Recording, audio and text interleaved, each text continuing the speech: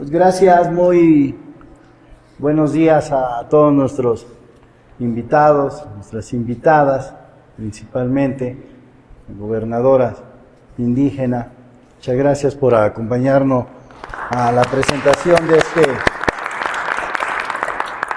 importante libro, al representante del secretario Iván Herrera, muchas gracias, a todos mis amigos y amigas, todas las personalidades. Hoy me siento emocionado porque no todos los días se coincide con compañeros que hacen historia, que hicieron historia, como mi amigo Américo, como mi amigo el doctor Ponce Javana, como el papá de mi amigo de la sierra, ¿cómo se llamó? Floriberto, también de nuestro equipo, que trabajamos bienvenidos todos, que trabajamos en el tema social, ¿no? Que caminamos, quiero decirles, muchísimos años. Hola maestra, tuvimos la gran oportunidad, fíjense, de conocer una generación de hombres y mujeres que la única intención que tenían era la transformación de Puebla, la transformación de México, y hoy estoy con todos ustedes. Fíjense que hoy, quiero decirlo acá, soy diputado de la Mixteca, soy el presidente de la Comisión de Desarrollo Rural, y yo era chavo, amigos, maestros, doctores, y veía a un diputado aguerrido de la corriente socialista en aquellos años, y me inspiró, y dije, algún día voy a ser diputado. Me refiero a Alejandro López Bravo, Alex, diputado en la 53 legislatura. Y quiero que sepas, Alex, que pues yo lo máximo que deseaba era ser tu asistente, tu chofer. Nunca me contrataste, pero era importante. Estaba chavo, ¿no? Y así veíamos al doctor Ponce Javana. Sí. ¿A qué me refiero? El doctor Ponce Javana se desarrolla en la academia, en Chapingo. Pero fíjense la importancia, con respeto a todos los académicos. Una cosa es la academia, se estudia, se lee, ¿no? Y la otra es la academia, pero el caminar, el ir a todos los rincones del estado. Él conoce, él es mixteco, él es de Jolalpan, paisano del distrito donde soy diputado, y él conoce el tema en la Mixteca muy de fondo. Creo que son pocos los investigadores que conocen tanto el tema. Pero así como conoce la Mixteca, conoce la Sierra Negra, conoce la Sierra Nororiental, conoce la Sierra Norte, conoce la zona del volcán, ¿no? Conoce la zona de Atlisco, conoce la región de Tecamachalco, Tehuacán, que ahorita lo van a ver, ahorita lo van a ver de lo que se trata este importante libro de el desarrollo rural sustentable. Cuando me lo presentó me llamó mucho la atención, me llamó muchísimo la atención porque pues la intención de esta comisión es esto, ¿no? La sustentabilidad de nuestro campo. Porque aquí fíjense lo que dice, enseñar la explotación de la tierra, no la del hombre, ¿no? Y eran muchos de nuestros principios, compañeros, camaradas. Y hoy que pude leer un poco, seré honesto, no fue muy rápido, no me dio tiempo, pero es parte de lo que hemos trabajado en este primer año de esta legislatura. Decirles que presenté una ley con toda la comisión, la Ley de Sanidad y Fomento Pecuario, donde desde el año 2006 no se había armonizado el tema ganadero. Pero ¿cómo salió? Salió de un foro como esto, de una presentación, donde éramos poquitos, no éramos muchos. Y luego, ¿qué hicimos? Lo que nos enseñó un hombre al cual yo reconozco y admiro, me refiero al señor presidente López Obrador, que nos enseñó a caminar. Y nos fuimos a las regiones a presentar el tema. Invitamos a la academia, invitamos a las uniones ganaderas, invitamos a los ganaderos, invitamos a la SADER federal, al local. Entonces empezó a hacer el equipo y todos, entre todos, los doctores, los expertos, todos, me has acompañado, ¿verdad, amiga? A través de las universidades, muchas veces, y te agradezco, la Politécnica, claro. Y salió una gran ley. Entonces yo creo, doctor, que este libro, tu trabajo de vida, requerimos explotarlo, requerimos que lo plasmemos, ¿no?, en un marco jurídico donde pueda funcionar para nuestras hermanas, nuestros hermanos campesinos, indígenas, migrantes, ¿no? El tema del migrante, porque recuperar el campo, recuperar el tema de la soberanía alimentaria es de gran importancia. Hace rato comentaba el doctor, hubo un tema mundial, ¿no?, la pandemia, donde todos se guardaron y todas se guardaron, porque fue una indicación mundial. Pero ¿saben qué? Siempre hubo alimentos, siempre hubo alimentos. O sea, nuestras hermanas, nuestros hermanos del sector primario, sobre su vida, jamás descuidaron el campo. Las centrales, había alimentos. Entonces, es una deuda histórica para ese sector. Y hoy, desde el Congreso del Estado, desde la Comisión de Desarrollo Rural, pues buscamos pagar esa deuda, impulsar. Y tenemos claro que en los gobiernos de la Cuarta Transformación, en los gobiernos humanistas, que encabeza la doctora Claudia Sheinbaum, y por supuesto en contexto el doctor Alejandro Armenta, es esto, es esto. Cuando llaman por amor a Puebla, amar a México, es esto, que trabajemos en políticas públicas, que les demos desde el Congreso marcos jurídicos para poder aplicar más recursos, poder hacerlo más puntualizado. Entonces, pues en este contexto, quiero darte la bienvenida. Gracias. Amigo doctor Ponce Javana. Gracias. Maestro de la Universidad de Chapingo y de algunas otras universidades fuera de México. A nuestro compañero Ernesto, que hace rato nos acompañó, bienvenido, y a todas y a todos ustedes. Decirles que la presidenta de este Congreso es una mujer, ¿no? Es tiempo de las mujeres, así como en el Ejecutivo Federal es tiempo de mujeres. Aquí también en el Congreso está al frente una maestra mujer, quien me pidió que les diera un fraterno saludo a todas y a todos ustedes para iniciar la presentación del libro. Gracias, bienvenidos todos.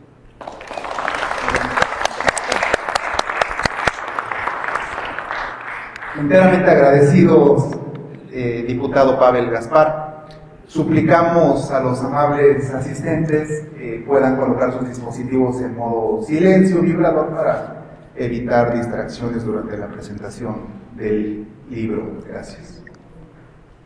Me permito dar lectura a la semblanza breve, sin pretender ser reduccionista, de el doctor Pedro Celestino Ponce Javana, de quien me permito comentar que somos amigos desde hace ya algunos años por amable vinculación de nuestra amiga, en paz descanse, Minerva Cordero Rojas. En paz descanse por ella, fue que conocimos al doctor en Atlixco hace unos años en un diálogo colaborativo entre Opción Ciudadana Puebla y el doctor Pedro Ponce. El doctor Pedro Celestino Ponce Javana es doctor en problemas económico-agroindustriales por el Centro de Investigaciones Económicas, Sociales y Tecnológicas de la Agroindustria y la Agricultura Mundial de la Universidad Autónoma de Chapingo. Desde 1982 es profesor investigador de la UACH, impartiendo cursos de desarrollo agrícola, planeación y política agrícola, políticas públicas para el sector agropecuario, metodología de la investigación, teorías del desarrollo, entre otros. Es asesor y fundador de la organización campesina de carácter regional y nacional, con quienes han buscado mejorar las condiciones de vida del medio rural a través de proyectos productivos y la regularización de la tierra. Ha sido subdirector de Servicio y Extensión, jefe de trabajos de campo universitario y consejero universitario de la UACH. Se caracteriza por su participación activa en la vinculación y servicio universitario desde la universidad para los campesinos en las comunidades rurales, generando y coordinando el programa especial de vinculación universitaria. Finalmente, ha sido asesor en el gobierno de la Ciudad de México y en la Comisión de Desarrollo Rural, ahora en la Ciudad de México. Recibamos por favor al doctor Pedro Ponce Habana con un aplauso. Gracias.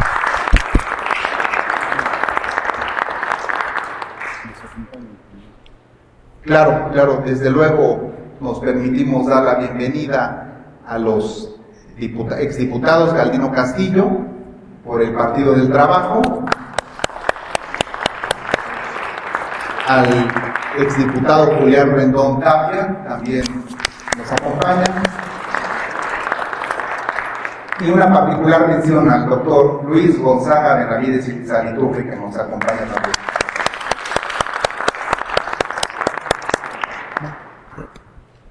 Ahí hay micrófono, ¿no? Sí, por favor. Acá. Muy buenos días. Muchas gracias por tomarse su tiempo y asistir a este evento. Todos los aquí presentes. Me acuerdo muy bien de nuestra actividad política desde los 70s, en los 80s, en los que llegábamos a los pueblos a promover el cambio, la transformación. Y no es casual, muchos de los que veo aquí presentes somos nietos, bisnietos o tataranietos de los que participaron en la Revolución Mexicana. Muchas gracias, diputado Pavel. Nos encontramos otra vez en el camino. Desde antes habíamos coincidido cuando soñábamos y luchábamos. Compañero Galdino, decíamos, hoy luchamos por la tierra y también por el poder. Sigue pendiente, hay problemas agrarios todavía. Y el poder todavía tiene espacios, tiene huecos en los que tenemos que cubrir. Muchas gracias, Américo, qué gusto teléfono, profesor del MRM, de las normales rurales. Intentamos, con varios que están aquí presentes, ir a hacer examen a las normales rurales. Y la verdad, yo no pasé cuando fui a hacer examen a la normal rural. Y un gobernador llegó a mi pueblo y dijo, a ver, ¿quiénes tienen secundaria? Pues nosotros, a ver, éramos 2, 3 gentes. Y nos mandaron a hacer examen a la Escuela Nacional de Agricultura. Y yo decía, si no pasé en la normal de Champusco, menos voy a pasar en la Escuela Nacional de Agricultura. Y en 1975 me llega un telegrama para presentarme el 19 de noviembre. Ha sido usted seleccionado para estudiar como becado interno en la Escuela Nacional de Agricultura. Y desde ahí, dije, desde aquí tenemos que pensar en nuestros campesinos, nuestros productores. Y desde allá andábamos en los mítines, en las marchas, en las tomas de tierras, en las tomas de edificios, y no lo puedo negar. Nos encerraron en Chautla de Tapia, un juez, por defender a los campesinos comuneros de Tlabucingo, por ejemplo, ¿no? Por defender a los comuneros de Teotalco, de Jolalpan. Y mis teóricos asesores, como mis padres teóricos académicos, ¿para qué quieres el poder si no estás preparado? Tienes que estudiar las teorías del desarrollo. No solamente es gritar en la calle, tienes que estar preparado. Y me obligaron y me convencieron y me fui a estudiar una maestría de desarrollo rural sustentable en el Colegio de Posgraduados. Termino mi maestría y ahora eres miembro de este Centro de Investigaciones Internacionales. ¿Quieres permanecer aquí? Te falta el doctorado. Me obligaron y me convencieron y estudié un doctorado en economía agrícola, con una estancia académica en la Universidad de Roskilde, en Dinamarca. Pero siempre llevé el corazón y la sangre campesina. Y dije, algo tenemos que hacer por Puebla, por el país y también por Puebla. Y entonces, lo que hoy les quiero presentar de manera resumida es producto de estas experiencias, es producto de estas luchas en las que varios de los que están aquí presentes compartíamos en el campo, en la ciudad, en las discusiones, en los foros. Y hoy qué bueno que está el hijo de un compañero que no podemos olvidarlo, de también exdiputado Horacio Gaspar, ¿sí? Entonces, ¿qué nos falta entonces? ¿Qué nos falta? Ya tenemos el poder, ya tenemos el Estado, ya tenemos las tierras. ¿Qué nos falta entonces? ¿Qué está faltando? ¿Sí? Y aquí es donde yo me pregunto, dando algunos datos duros, pero a la vez reflexionando. Y la primera reflexión que hago, qué bueno que llegaron ustedes. Somos pocos, pero somos de los mejores. Así me han dicho cuando llego a los pueblos. Somos poquitos, pero somos de los mejores. Así se inician los grandes movimientos sociales de este país y del mundo. Y entonces, yo no sabía que nuestro estado de Puebla le dio terrenos para que se creara el estado de Guerrero y el estado de Morelos. Nosotros colindábamos con el Golfo de México y con el Pacífico. Mi primera reflexión, ¿por qué los libros de primaria o por qué los maestros de primaria, con todo respeto, no nos dicen eso en la historia? Y luego en la historia nos enseñan mucho la historia clásica de sucesos, de descripciones. Hoy se requiere la historia económica. Cuando nos hablan de la cuarta transformación, antes del 18 andábamos en los pueblos, ¿qué es eso de la cuarta transformación?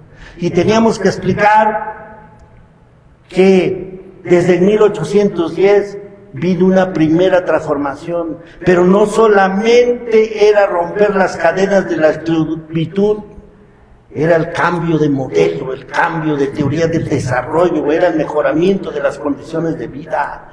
Y así una segunda, tercera y cuarta transformación. Nos han pedido y nos han inculcado mucho. Esta transformación tiene que ser con visión, con cultura política, con valores, con sentimientos de la nación. No queremos derramamientos de sangre. Y ahí es donde yo me pongo a pensar qué tenemos que hacer en nuestro estado. Nuestro estado ahora, según INEGI, tiene más de 3 millones de hectáreas. Tenemos hectáreas para la agricultura de temporal y de riego. Tenemos hectáreas para la ganadería, para la forestería. O sea que si hacemos un recuento de nuestro estado, nos vamos a encontrar que nuestro estado representa casi a la República Mexicana. Porque también tenemos zonas semidesérticas y de importancia económica. La Mixteca poblana no era pobre, la hicieron pobre y la siguen haciendo pobre. ¿Por qué? Porque allí están las minerías. Qué bueno que en el pasado sexenio nos hicieron ver que más del 60% del territorio nacional está concesionado en minerías extranjeras. Ahí están los espacios, ahí están las reflexiones. ¿Qué tenemos que hacer? Que esos medios de producción sigan en la iniciativa privada, o hoy le corresponde al Estado. Tenemos que pensar, y con mis alumnos, con productores, con funcionarios discutimos. De 1982 a 2018 se impuso una teoría del desarrollo y que criticamos mucho, la globalización, el neoliberalismo que viene a partir de la teoría clásica de la economía. Y del 2018 a la fecha, ¿en qué teoría estamos? Hoy se habla del estado del bienestar, el estado rector, el estado responsable de las políticas públicas. Siempre en los países nos dicen que se juega el Estado y el mercado, Y en algunos países el mercado se le monta al Estado y decide las políticas públicas. Aquí tuvimos una decena trágica de 2 sexenios en que querían que los campesinos desaparecieran. Un principio del neoliberalismo fue: los campesinos son resabios del pasado, son ignorantes, no quieren transformarse, no quieren mejorarse, tienen que entrar a la competitividad, y si no, se van a morir por sí solos. Y qué sorpresas, los campesinos ni se acaban ni se mueren. Y si algún día se acaban, el Estado se va a ver obligado a crear campesinos, óiganlo bien. Y ahí vienen mis primeras reflexiones en esta humilde publicación. ¿Qué pasa cuando en Puebla nada más existen arriba de 3 millones de poblanos? Son población económicamente activa. Pero aquí viene mi preocupación y mi primera reflexión. ¿Por qué solamente cerca de 600,000 poblanos se dedican a las actividades primarias, a la ganadería, a la agricultura, a la forestería? ¿Por qué? ¿Y por qué están más en la industria? ¿Y por qué están más en los servicios? Ahí está el papel del Estado. Ahí tenemos que equilibrar. ¿Por qué se descuidó la agricultura y se le apostó más a la industria? No estamos en contra de la industria. Yo planteo que debe haber un equilibrio. Se descuidó la agricultura. Y bueno, tenemos que decir esto porque nuestro Estado, de manera natural, o más bien la naturaleza, nos favoreció a nuestro Estado. ¿Y cómo nos favoreció? Aquí tenemos donde nace la cuenca más importante del país, la cuenca del río Balsas. Nace entre Tlaxcala y Puebla. Allá se nombra río Zaguapan, río Atoyac, y así se va.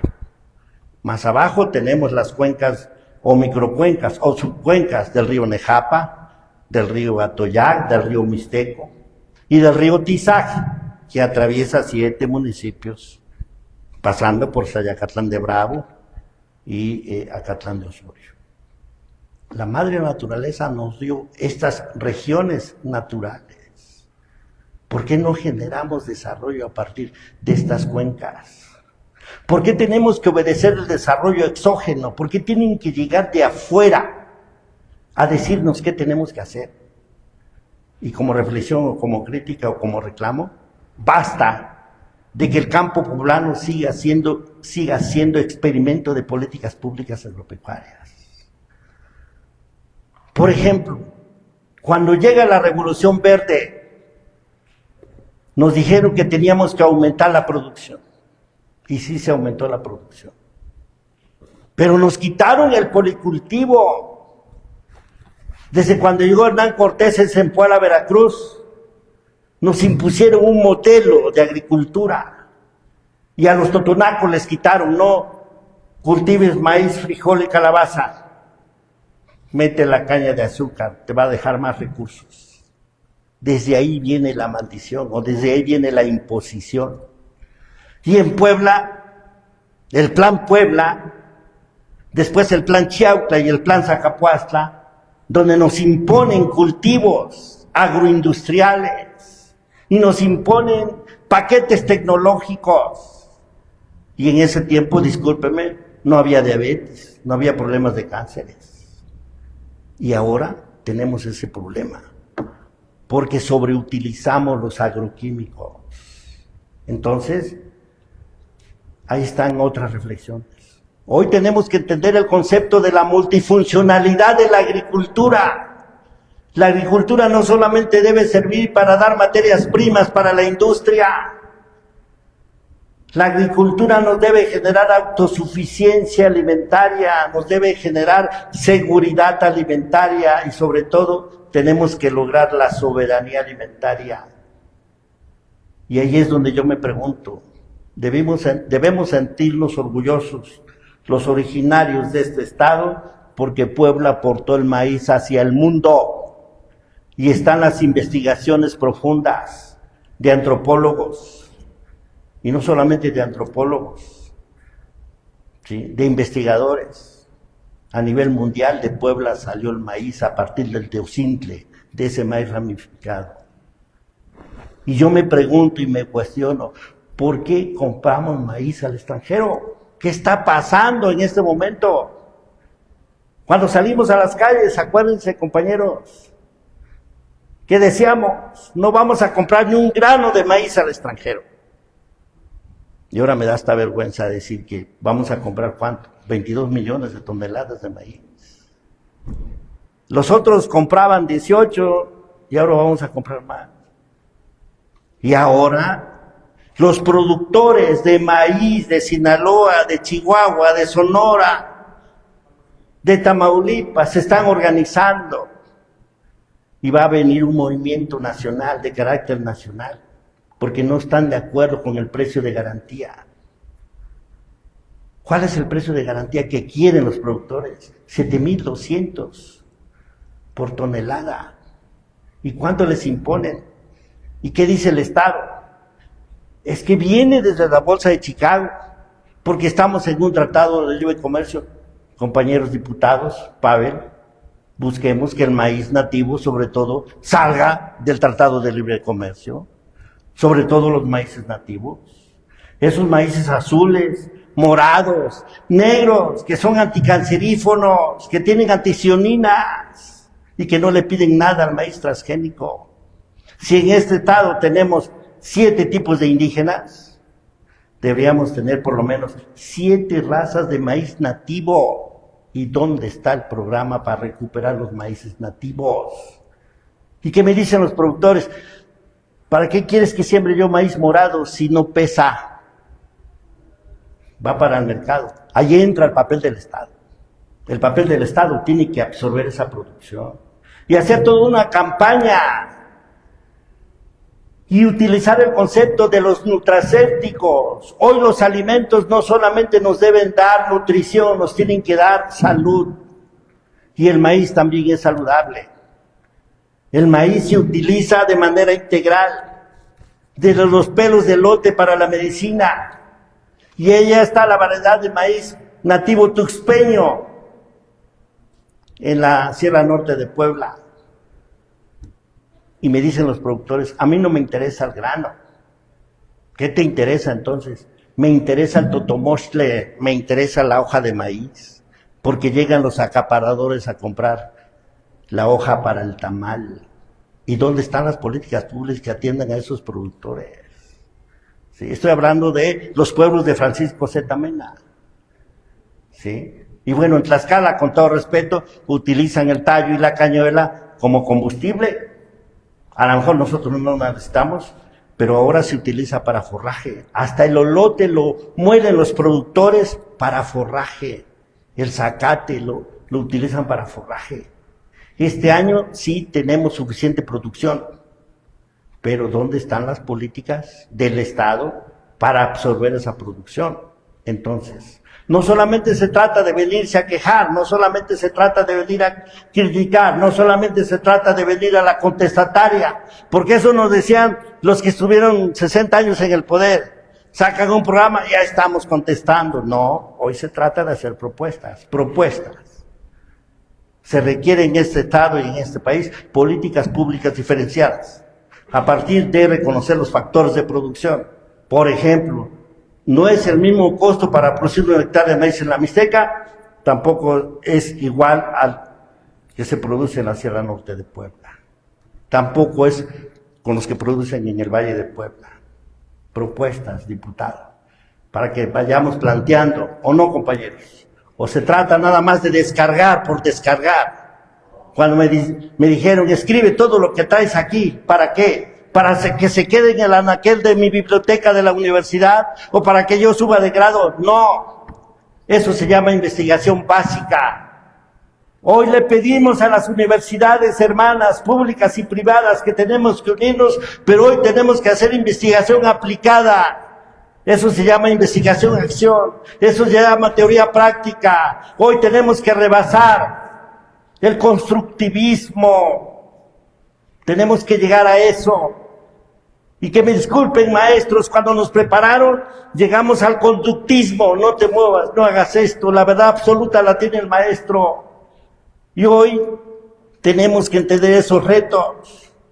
¿Por qué en Japón, por qué en China han avanzado o en otros países?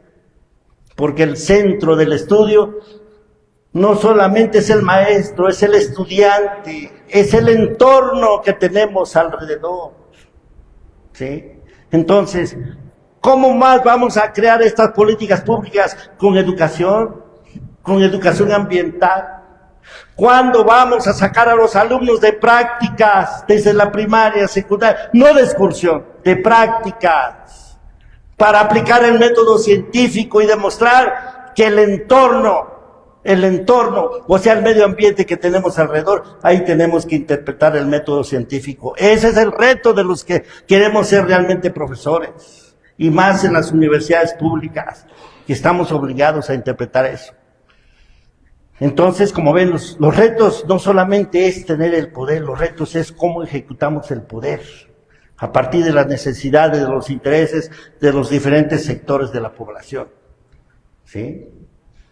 Bueno, ¿qué otro elemento hay que hacer? Todo esto cuesta, pero ni modo que Mao Zedong no le apostó sin recursos a la transformación de China. ¿Sí? Los países avanzados le apuestan a la educación, le apuestan a la salud y le apuestan a la alimentación. Entonces, por ejemplo, una propuesta que hago también en esta publicación es que tenemos que hacer un estudio serio de tipología de productores. ¿Qué es eso? Hay diferentes tipos de producción en este estado. Históricamente siempre practicábamos el sistema rosa, tuma y quema. ¿Qué es eso? El tlacolol. Allá en la Sierra Norte de Puebla, aquí en la Mixteca en algunas partes se practica, como se practica en el sur. Todavía tenemos ese sistema, a pesar de que llegaron los españoles y nos impusieron el monocultivo, nos impusieron un tipo de sistema de producción. Y llegan los franceses y nos imponen un sistema de producción. Y ahora los gringos nos quieren imponer otro sistema de producción. Y aún así tenemos el sistema de producción de los indígenas. Entonces, está muy bien que hagamos este estudio de tipología de productores, señores del norte del país. ¿Cuántas toneladas de maíz sacas? 12, 14, hasta 18. ¿Pero a qué costo? ¿Un maíz contaminado? ¿Un maíz forrajero que es para los animales? Pero no descuidemos a los pequeños, a los indígenas que producen maíz para la autosuficiencia. Mis abuelos, por ejemplo, nunca compraron un grano de maíz, nunca compraron un grano de frijol, ¿sí? Y tampoco se enfermaban de cánceres, ¿sí? Entonces, ahí están los ejemplos. Estoy poniendo nada más el ejemplo del maíz, pero hay muchos ejemplos. ¿Por qué llegó la industrialización? Y un error grave fue que para que nos desarrolláramos agrícolamente teníamos que quitar la agricultura tradicional y modernizarnos. Ese es un error de política pública. Hoy la política pública agrícola tiene que entender estos diferentes tipos de agricultura. Y así nos llegó el aguacate Hass. Y nuestros productores del Valle de Atlisco, en Xochimilco concretamente, me da mucha tristeza que estén tirando los aguacates nativos. Y nuestras investigaciones en Chapingo, los compañeros me dicen, queremos que nos abras el espacio en el Congreso, vamos a Xochimilco para decirle a los productores que el aguacate criollo o nativo tiene más contenido de omega 3 que el Hass. Y aquí están los resultados. Tiene más contenido de aceite que el Hass. ¿Y por qué en Xochimilco están tirando los aguacates nativos?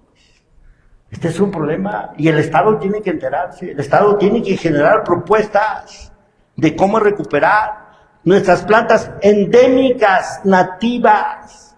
Estamos hablando del maíz, ahorita ya hablamos de el aguacate, el maíz, el aguacate, el jitomate, el chile y el nopal. Son productos que nuestro país aportó al mundo. ¿Y por qué en este momento China tiene 3,000 hectáreas de nopal? y las tienen bien trabajadas con ciencia, con tecnología. Y me atrevo a decir, y esta es una demanda, diputado, para todos, en este momento no tenemos el certificado y denominación de origen del nopal. Por eso los chinos lo quieren patentar. Y cuando hemos estado en congresos internacionales como en el Perú, nos dicen nuestros hermanos incas, el nopal lo aportaron los incas, pero cuando se reúnen de 15 países investigadores y demuestran que México tiene la mayor biodiversidad de cactáceas de nopales, aquí debe estar la certificación y denominación de origen. No la tenemos a nivel nacional. Y está en el escudo nacional. Ahí están los espacios, los huecos. Por eso desde ahora te digo, diputado, no venimos a quitarlos. No venimos a decir que todo está mal. Venimos a contribuir.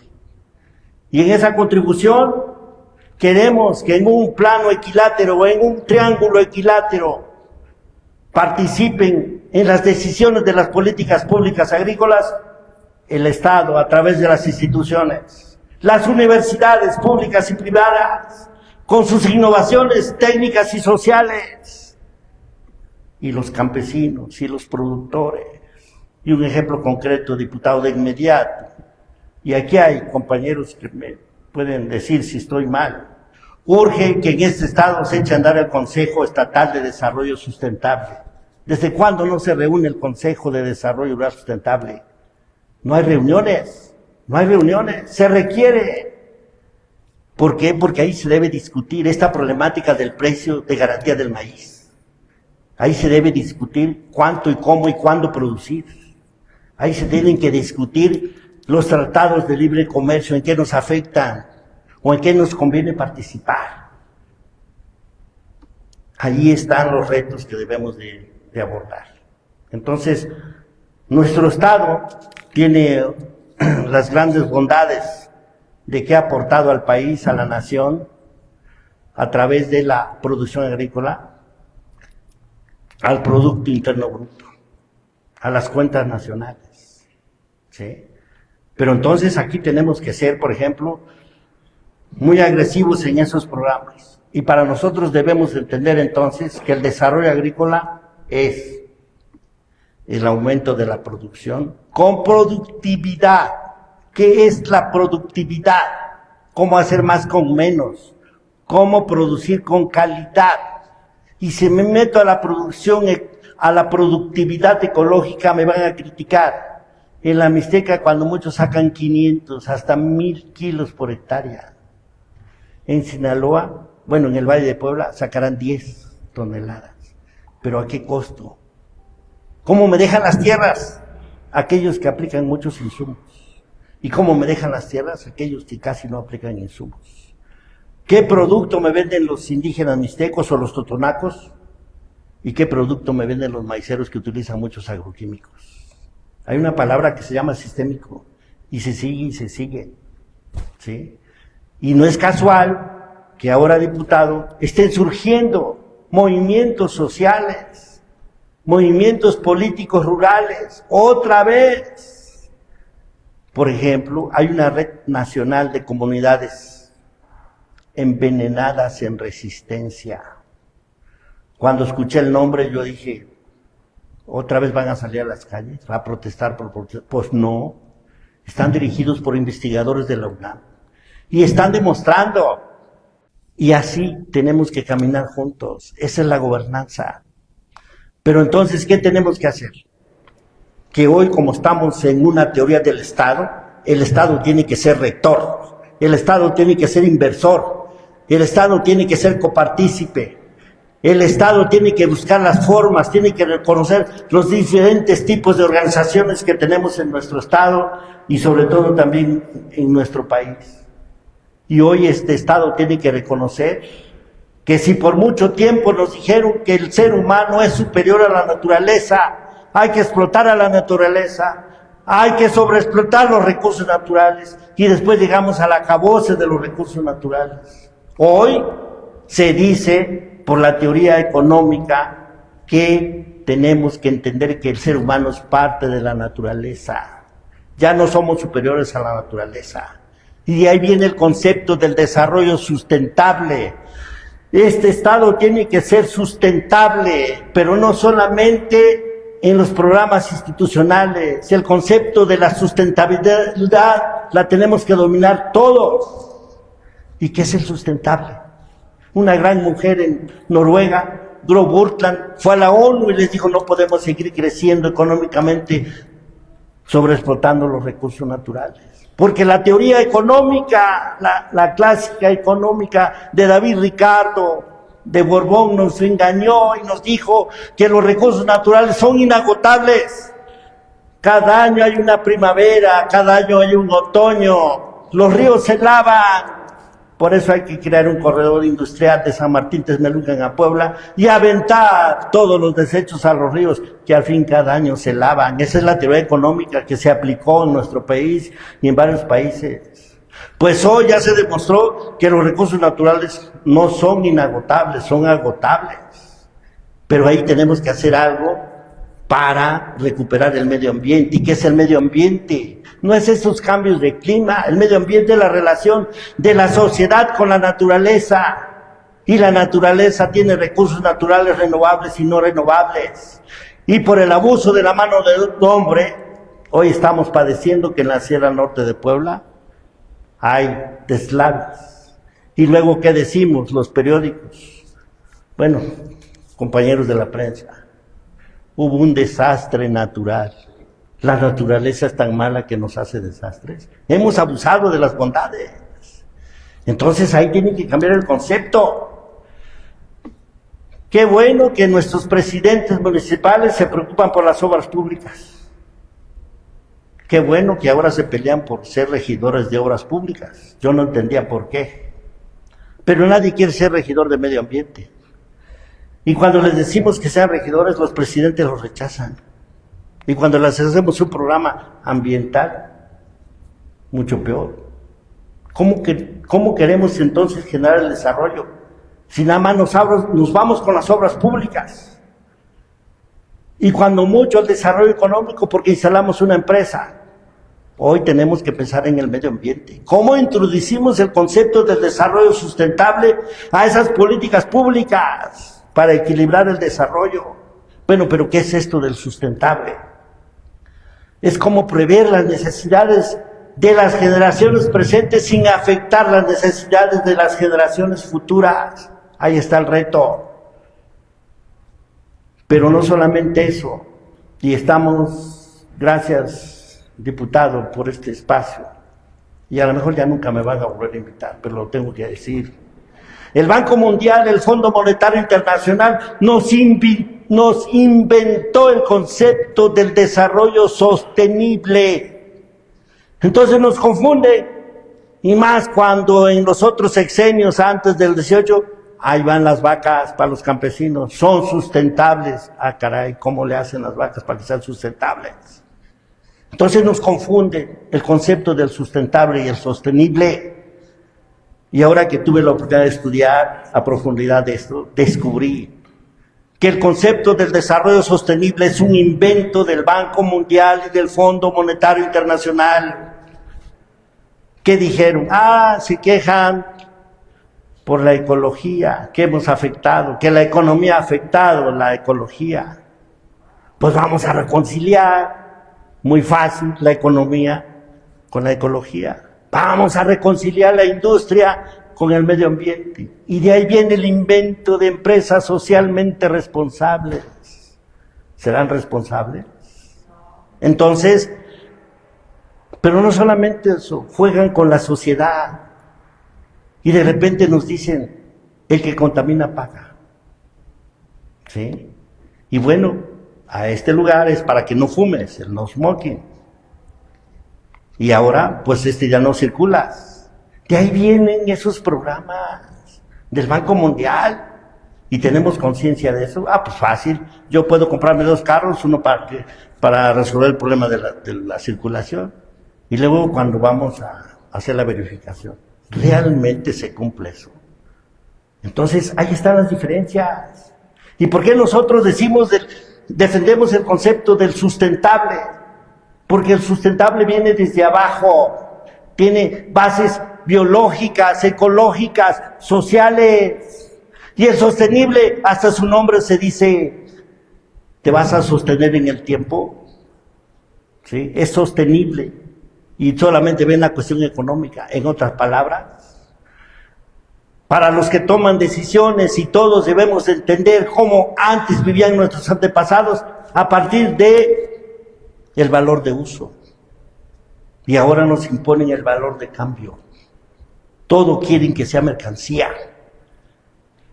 Nunca soñé que íbamos a andar cargando nuestra botellita de agua. Paisano, allá en el rancho tomábamos agua en las barrancas, en los ojos de agua. Y ahora traemos nuestra botellita de agua. Y no lo voy a ver yo, pero algún día vamos a entrar a la Ciudad de México con nuestras botellitas de oxígeno. Óiganlo bien. ¿Y quién es responsable? ¿El Estado? ¿La sociedad?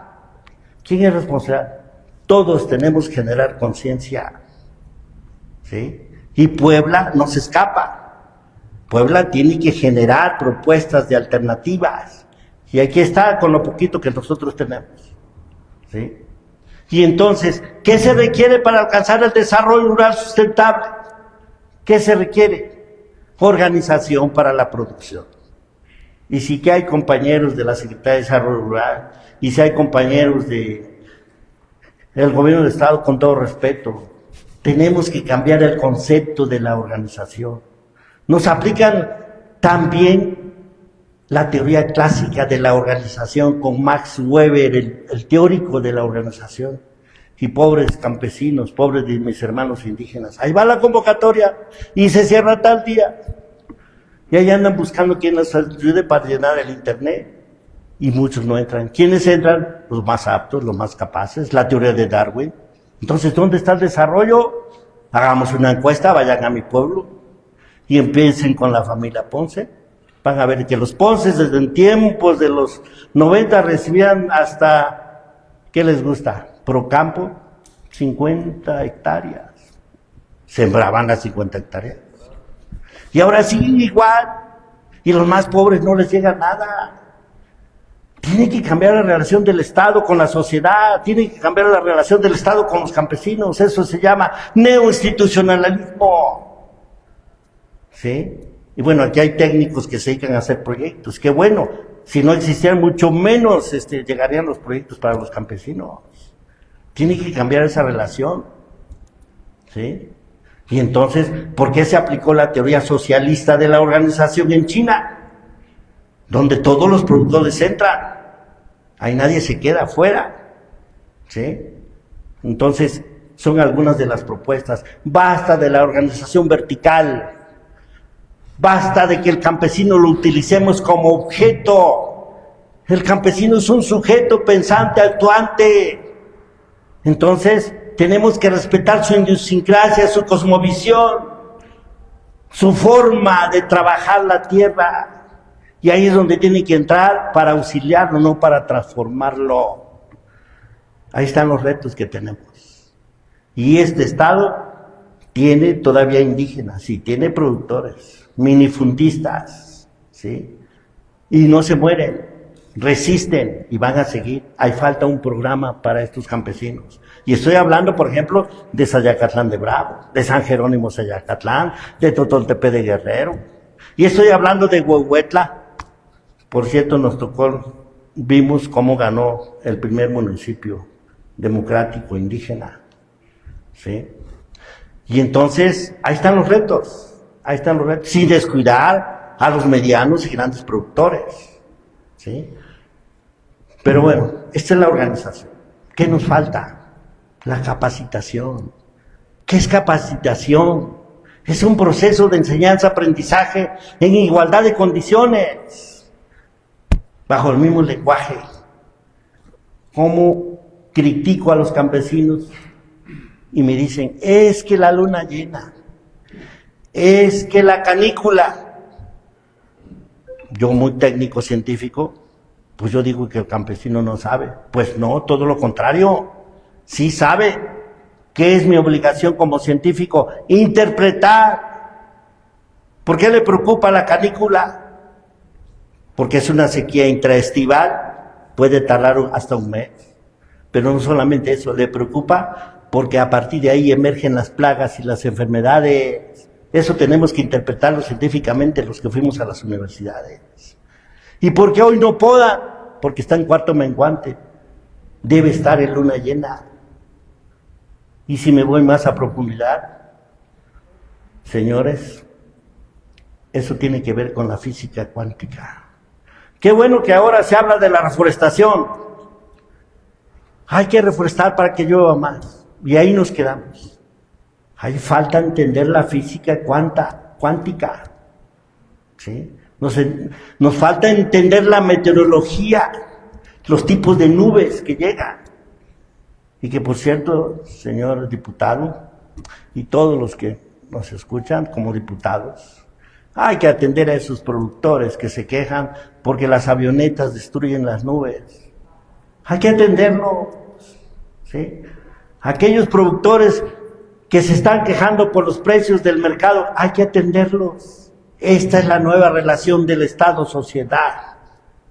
Tenemos que llegar a un entendimiento. Entonces la capacitación es un proceso de enseñanza-aprendizaje en igualdad de condiciones, utilizando el entorno para aplicar el método científico. Si es cierto que son empíricos, pues es una corriente filosófica la empiria, y con el conocimiento que tenemos podemos llegar a un razonamiento. Eso es lo que nos falta para entender no solamente a los productores de café, a los orgueros que están en Tepesco, ¿sí?, a las áreas de riego que, por cierto, ahora se quejan de que las presas están llenas, pero está ensolvada la presa. Dice los técnicos que van a ver los productores que es muy caro desensolvar la presa. ¿Qué tenemos que hacer entonces? ¿Que se acaben las presas? ¿Que se peleen los productores porque no les alcanza el agua para regar? Eso se llama uso consultivo, ya hay medidas. Algunos quisieran producir alfalfa, no te alcanza el agua, te alcanza para tanto. Ahí están los espacios, ¿sí? Qué bueno que nuestra presidenta planteó el programa para las 3 mixtecas. Qué bueno. Y qué bueno cuando dijo que iba a hacer el programa como el general Lázaro Cárdenas, nuestro general. A mí me dio muchísimo gusto. En la mixteca llegó el general y gracias a eso se tiene la presa de Huachinantla, programada para 800 hectáreas y nada más se cultivan 300. Y a veces, para Tehuitzingo, que no se cultiva totalmente, para Peña Colorada. Y hay otros lugares que se pueden hacer más presas. Yo dije, vamos a recuperar la soberanía a través de esto. Cuando me entrevisto con la responsable, me dice, ya tengo todo lo que tú planteas. Qué bueno. ¿Y cómo le hiciste? Ya hice mis reuniones en cada uno de los municipios. ¿Y con quién lo hiciste? Con los presidentes municipales. Con todo respeto. Ellos se preocupan más por la pavimentación de las calles. Ni siquiera tomaron en cuenta a los ejidos, a los campesinos, a los artesanos, a los pequeños comerciantes. Entonces hoy se requiere que sean los campesinos, los productores, sujetos de derecho público. Tienen que participar en las tomas de decisiones. Y por eso en Europa hoy se genera el desarrollo a partir del territorio. Y en el territorio no solamente confluyen los productores, confluyen los comerciantes, los profesionistas. Ahí esperaba yo que este plan de desarrollo para las 3 mixtecas, aparte de ahí, generara el desarrollo. ¿Sí?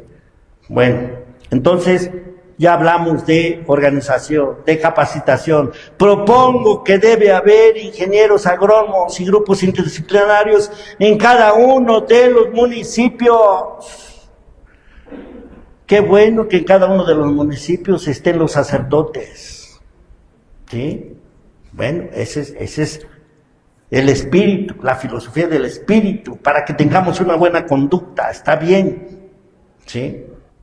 Qué bueno que haya maestros en los municipios, en las escuelas, los maestros rurales, Qué bueno para que generen la formación del individuo, de las personas. ¿Qué nos falta? Los agrónomos, los técnicos científicos que se vayan a los pueblos de tiempo completo. Pero no solamente en el proceso de producción, para que, llegó ahorita por tanta humedad, surgió un hongo y se están secando las milpas de abajo para arriba, y dicen los campesinos, se están encalzonando de tanta agua. Señores, es un hongo perfusario. ¿Cómo la vamos a controlar? Como el médico, a la mera hora, con penicilinas y demás. Se requiere todo un proceso de capacitación. Y entonces, estos grupos interdisciplinarios deben estar de tiempo completo en los municipios. ¿Sí? Y los tenemos que capacitar, tienen que aprender. No solamente los tenemos que mandar cuando hay un proceso de producción, tienen que estar todo el año. Tienen que hacer un diagnóstico. Qué bueno que hay servidores de la nación. Qué malo que nada más los utilicen para distribuir el recurso. Un servidor de la nación tiene que estar integrado. ¿Sí? Y qué bueno que haya diputado,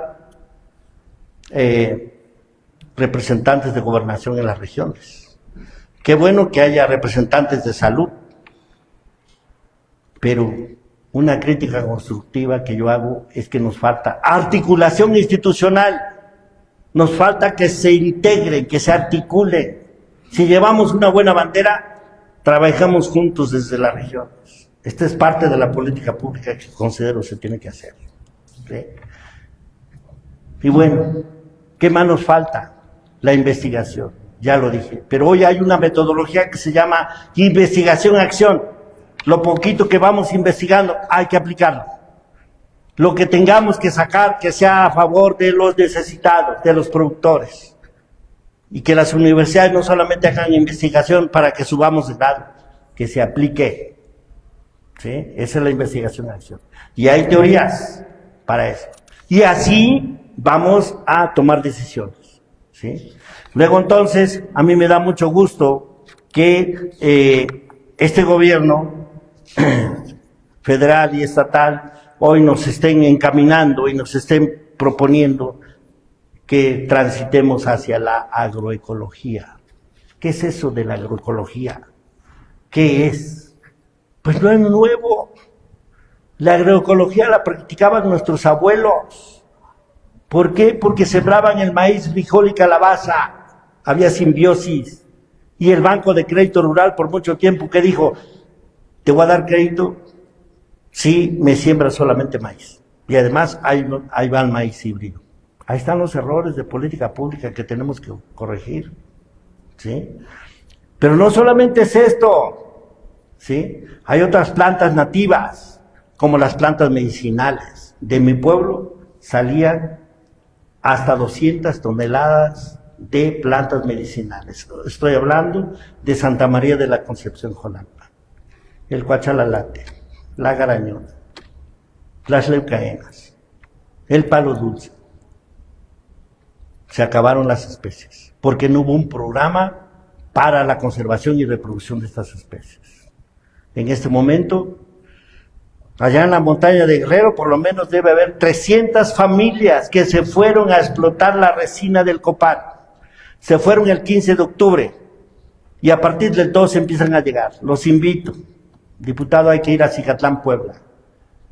Este año espero que valga a 1,000 pesos el kilo de copal, porque no solamente es para el incienso ahora en la fiesta de los muertos. El copal es un adherente que la pintura Comex la compra. ¿Sí? ¿Y quién sabe eso? El Estado tiene que intervenir. Y luego los de Morelos, porque atravesamos Morelos o una parte de Morelos, nos aplican con Profeca. El pobre campesino se pasó 2 meses con toda mi familia en el monte, ¿sí? Bajo las inclemencias del tiempo, y que le quiten su producción porque sobreexplotó el copal. Ahí están los espacios. ¿Quién produce la selva baja caducifolia? 800,000 hectáreas tiene la Mixteca y el 70% selva baja caducifolia. Y no lo queremos escuchar, pero Matamoros nos llega la leña de los pueblos de Tehuicingo y alrededores. ¿Cómo le decimos deja de ser leñero? Ese es mi modo de vida. Aquí en San Miguel Canoa, ¿cómo le digo al productor carbonero? Ya no me traigas carbón si yo la necesito aquí en la Cocota. ¿Cómo le digo al de Santo Domingo, Tonalá, en Sayacatlán? Deja de producir chivos porque son los que más me afectan al medio ambiente. Y por cierto, en este momento nos faltan chivos para la matanza. Hoy hay baja producción. Solamente dar las gracias a Sade, a la subsecretaria Pati Ortiz, que mandó al equipo y está tomando nota, a Sade Federal, también a Brian, a todos. Amigos, gracias. Gracias, diputado Pavel Gaspar. Doctor Pedro Ponce Habana. Antes de transitar al segmento de preguntas y respuestas, donde suplicaremos que estas sean breves, concretas, para estimular una deliberación pública, un ejercicio de educación permanente, don Luis Benavides, y donde viene a mi mente la pregunta obligada detonadora: ¿qué es lo que no puede no saber un poblano para ser feliz y útil en su comunidad?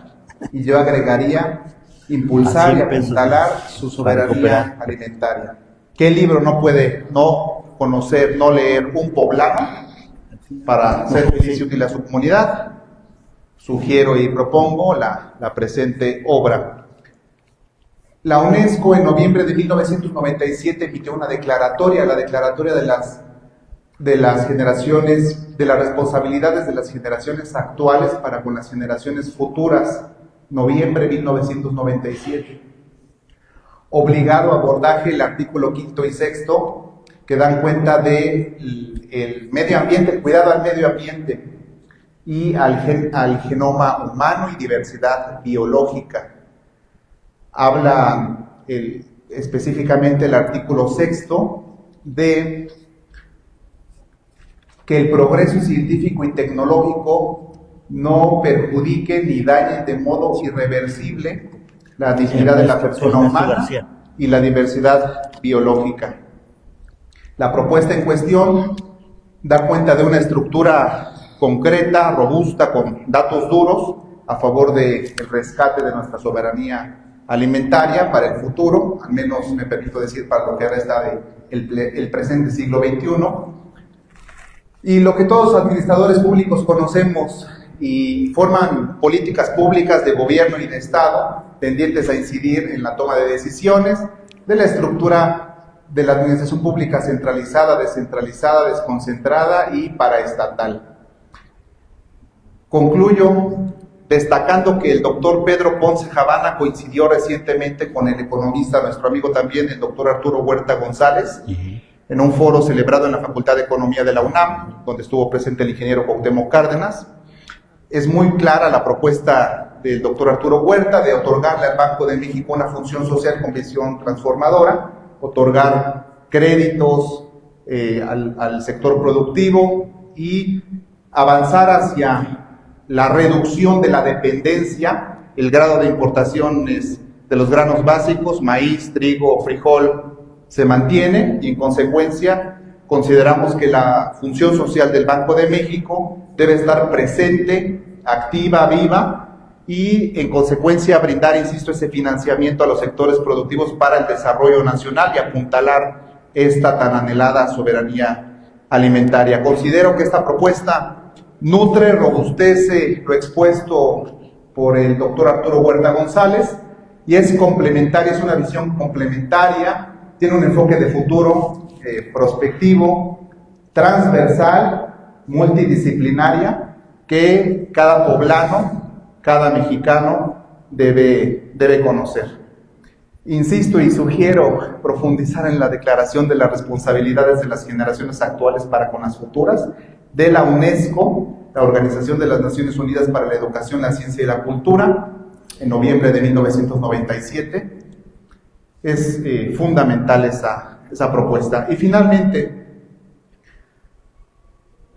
constituye un pilar fundamental en un proceso de educación ambiental, ¿sí?, hacia el futuro, porque quien no se adueña de su futuro, don Luis, deja que otro se lo imponga, y no queremos que nos impongan al menos nuestro futuro y lo que resta de este siglo XXI.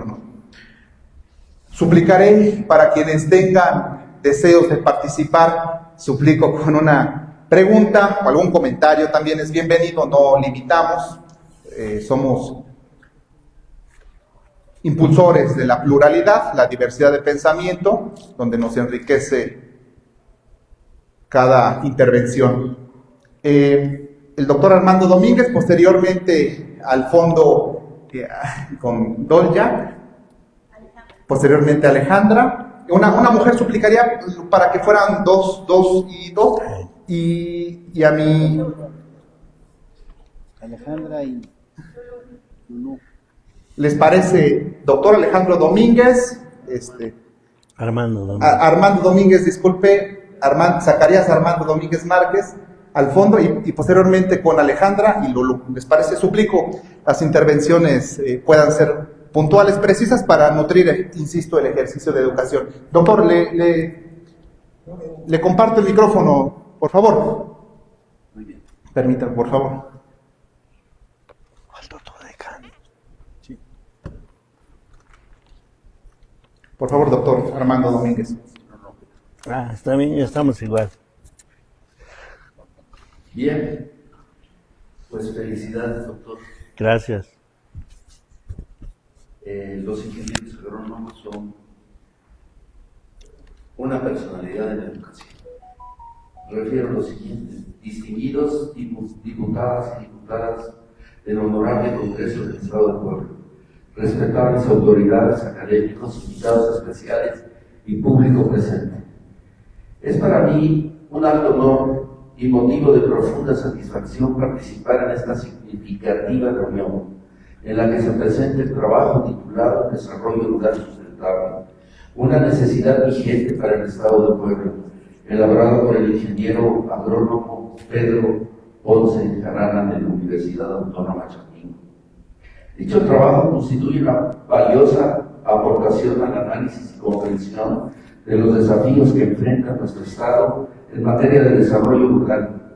Refleja con claridad la importancia del conocimiento científico y la responsabilidad social como pilares indispensables para lograr el equilibrio entre producción agropecuaria, la conservación de recursos naturales y la seguridad alimentaria de la población. En un país como México, donde la demanda de alimentos crece de manera constante, es imprescindible reconocer que la alimentación y la nutrición no solo son derechos fundamentales, sino también factores esenciales del bienestar social y del desarrollo económico.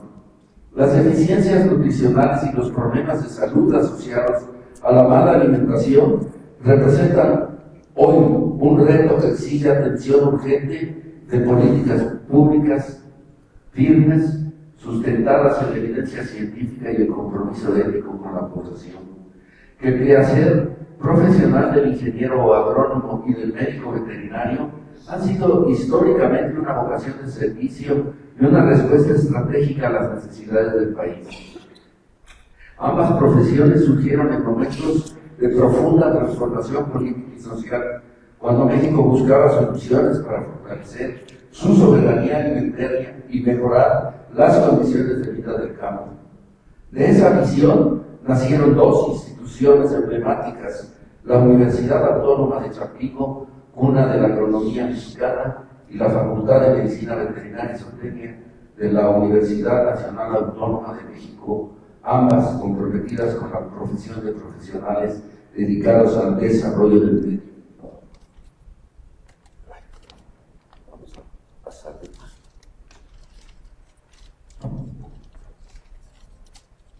Muy bien.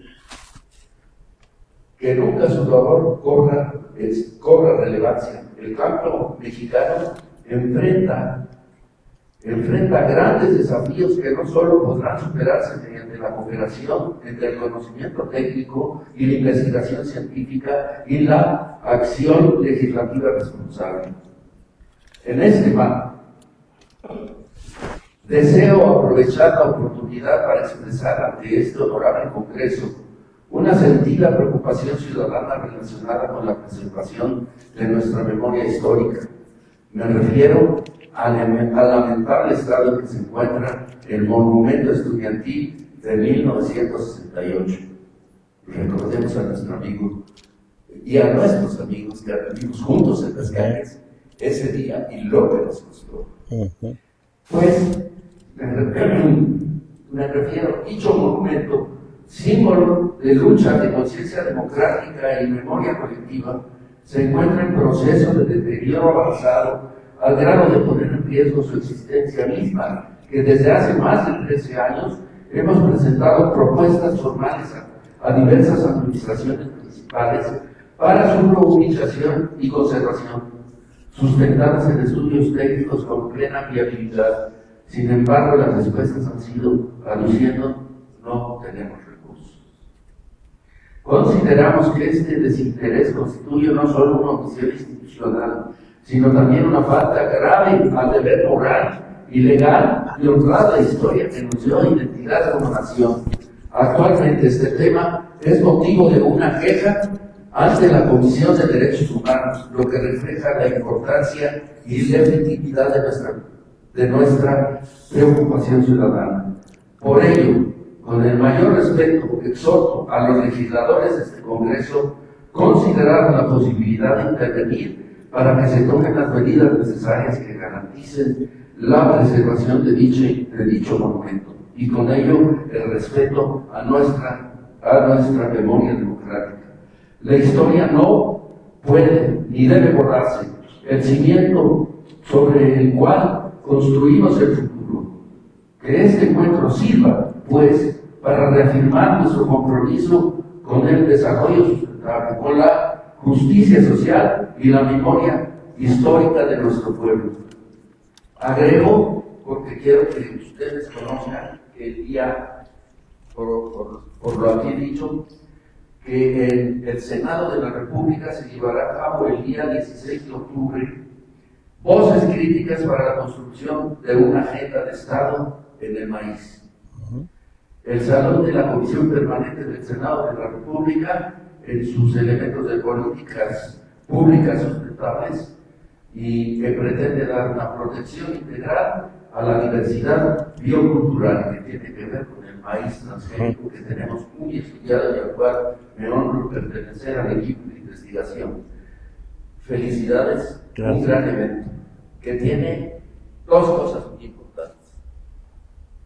Nuestro quehacer como ciudadanos ante la integración de todos nuestros graves problemas, pero no dejar que los funcionarios públicos sigan abusando, como lo está haciendo aquí, con estas medidas el presidente municipal. No olvidaremos, estuvimos juntos en 68 y no terminó, no fue el 12 de octubre. Siguen las formas graves de represión y, ¿qué les diré?, a nivel rural.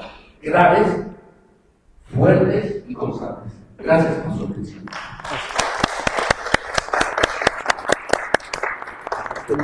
Gracias, doctor. Gracias. Zacarías Armando Domínguez Márquez. Propongo, para darle celeridad, dinamismo a este ejercicio, escuchar primero ya las intervenciones asignadas, ¿sí? En un primer bloque, propongo esa precisión para escuchar el mayor número de intervenciones, ¿sí? Ya sea preguntas concretas o comentarios adicionales. Lo suplico encarecidamente, por favor.